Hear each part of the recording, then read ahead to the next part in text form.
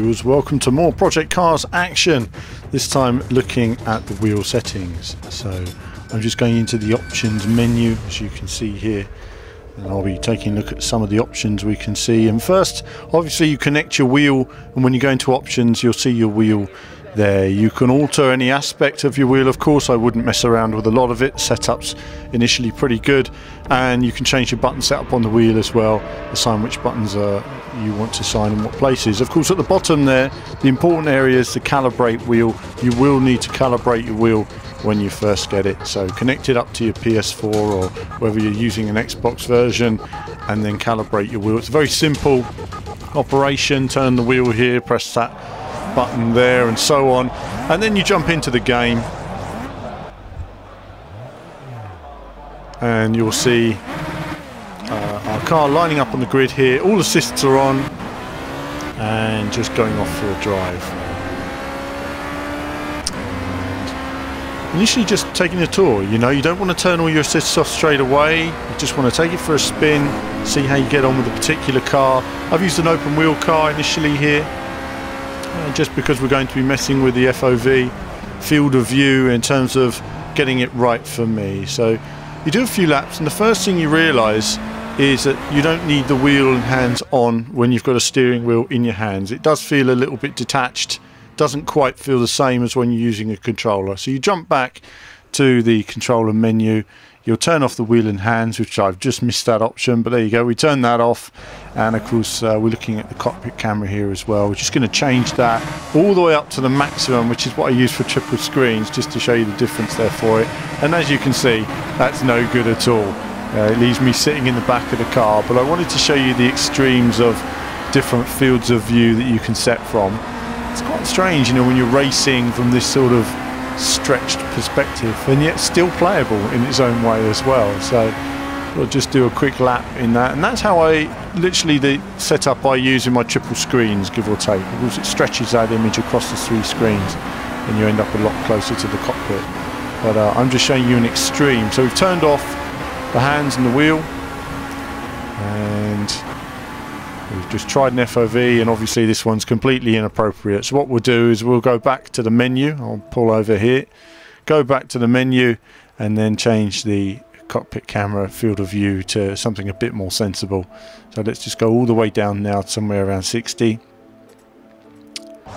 and see how that looks for us.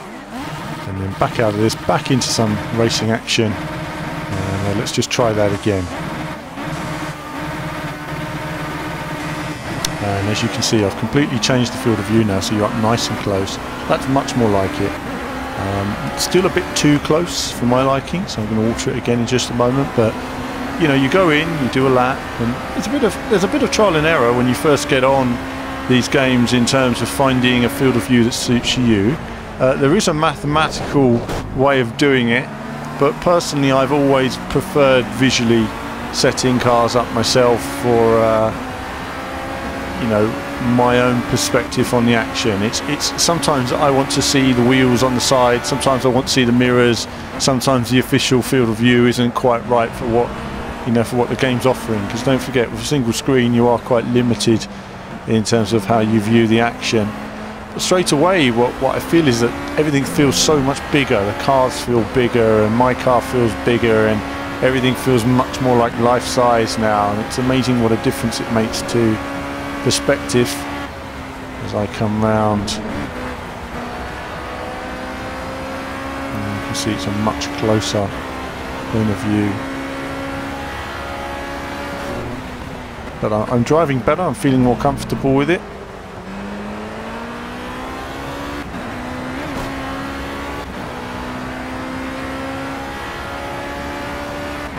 Now I believe we've turned off one of the assists, I think, at this point, so that was stability control. But, generally speaking, you just want to go in, you don't want to turn off your assists, you want to leave your assists on, drive and at least get a feel for it and improve on it and everything else. You know, the game it's going to be very challenging for a lot of people, just getting used to braking zones and general common sense in terms of how to improve lap time. It doesn't happen quickly, it takes time. You just enjoy doing your laps, and the speed will come, and learning what gears to take corners in, and trial and error. there's a lot of that improved in improving lap time and performance. And so we're going to the cockpit camera. Just going to alter it again, just a little tweak, a couple of little tweaks, and seeing where we end up in terms of performance, in terms of the look first. It's a little bit better, probably still a bit too close, but again we do a little bit of a run here, have a race. You always want to just get a feel for it and see how it looks and see how it acts. You know, my mirrors are slightly cut off the side, that's not ideal, but of course it is more life size for my setup. So racing along, still it's working well. I much prefer being closer in than getting a life size style cockpit around me. But I'm still thinking as I go down here, actually, you know, I could do with changing those options and just expanding it just a little bit more, just to bring a bit more of the wing mirrors, a bit more of the front wheels, to suit my sort of view a bit more of proceedings. And we'll see how that reacts for me. And just going to the gameplay, just where we go, we're just going to turn all assists off now. So we turned off the stability control. I missed that option. We turned the stability control option off, and now we've turned all options off. And I just investigate if there's anything else I want to tinker with. Not yet. So we've turned all the assists off. So we start with assists, you get your wheel a bit more set up, get your field of view sorted, you get an idea for how it's handling, and you gradually remove your assists. And we work our way from here, away from the start, and on we go. So I've got a field of view now that I'm happy with. It's a nice enough balance. You can see there's my wheel and the car looking much more life size, and that's working for me much better now. So I'm reasonably happy now. I can see enough out of my mirrors. I've got a good idea in the width of my car, and of course now I've got a much more twitchy car. Yes, the wheels are spinning up more as I get on the brakes there, narrowly avoiding a crash. I'm just learning where I can brake. The car's locking up a lot more there now, so I'm going a bit wider. It's a bit more tricky in these braking zones, generating heat in the tyres. You know, you've got to think about all these things now. That first lap's always a little bit of a journey of discovery, as it were, in terms of trying to brake not too late. The car's a little bit stiff on those colder tyres, so you warm your tyres up, and then generally it's just about progressing on the power, you know, turning in earlier, getting on the power earlier. It's where all the speed is. You know, speed's slow in, fast out, and that's always what works on all of these different sort of racing attributes you see here. I have a slightly tighter line into that corner. It's not always the ideal one, but it works for me consistently. So let's cut between the two views there as we see the direct feed from the race plate.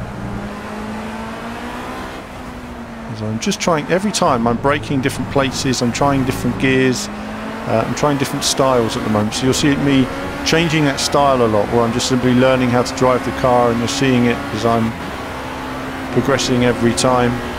And this is running on the 50% AI setting, so I will win these races comfortably. And that concludes that race. Now we're jumping into the roof. And again, we're looking at that field of view, same field of view we were using before, but it's a little bit too close for me this time.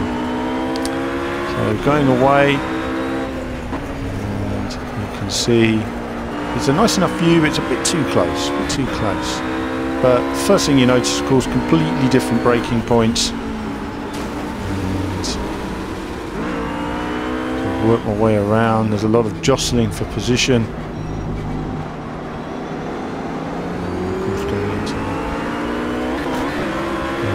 Wellington straight now. There's that bump on the way around there. Do try and keep the car straight there. You can spin out there if you're turning in and accelerating, or you hit it wrongly. And down the long straight. So that was okay, but I felt the field of view was too close for me. I wanted to change that. So now what I've realised is that the field of view might not be ideal in every car. If mathematically you do it, it'll be right for every car. But generally speaking, it can leave you at a disadvantage on some cars when you can't see your mirrors or just the width of your car. A little bit better for me now. I can see a bit more of my dash. just so I can see the dash actually between the wheel as well, so my actual wheel is has overlaid the dash. Unfortunately the camera's gone a bit blue this time up there, a bit of the white balance has gone off on it, but that'll fix itself in the next video. And the next video will be a 10-lap race on this circuit. Of course, all assists are off now, and the next video will be on 100% AI as well. So again, progressing bit by bit, improving the performance, improving the setup, getting more out of it.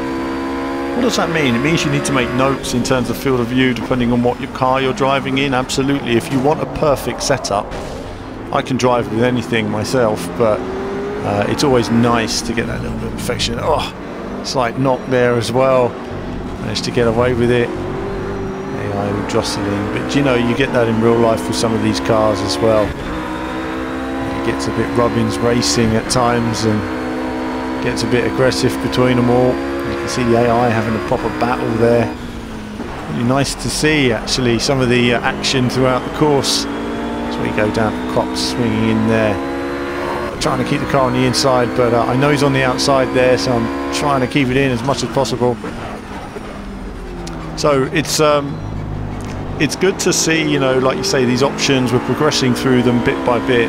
Do let me know what you'd like to see. We're going to be going through obviously full races eventually, and the pit stops and tyre wear and mechanical failures and everything else and damage. I know lots of you would like to see that. There's lots in here still to discover, but we're going to progress one bit at a time. And of course today it's been all about the steering wheels. Whatever the wheel you have, this video will roughly support you in terms of setting your wheel up and getting the most out of it. And of course the next video will be a 10-lap run on this course, and we'll have much more wheel races to come as well, because that's my preferred choice in terms of driving. And you can see how much more comfortable I am with the car actually in sort of turning and improving. So I think we'd up the AI on this race as well, and the next one is of course 100%, so it really does make a big difference to it. But that's been it for this quick look at Project Cars, looking at the wheel video today. If there's more questions you have about the wheels, do let me know and we can cover them in future videos. But that's it from me for now. As ever, more soon.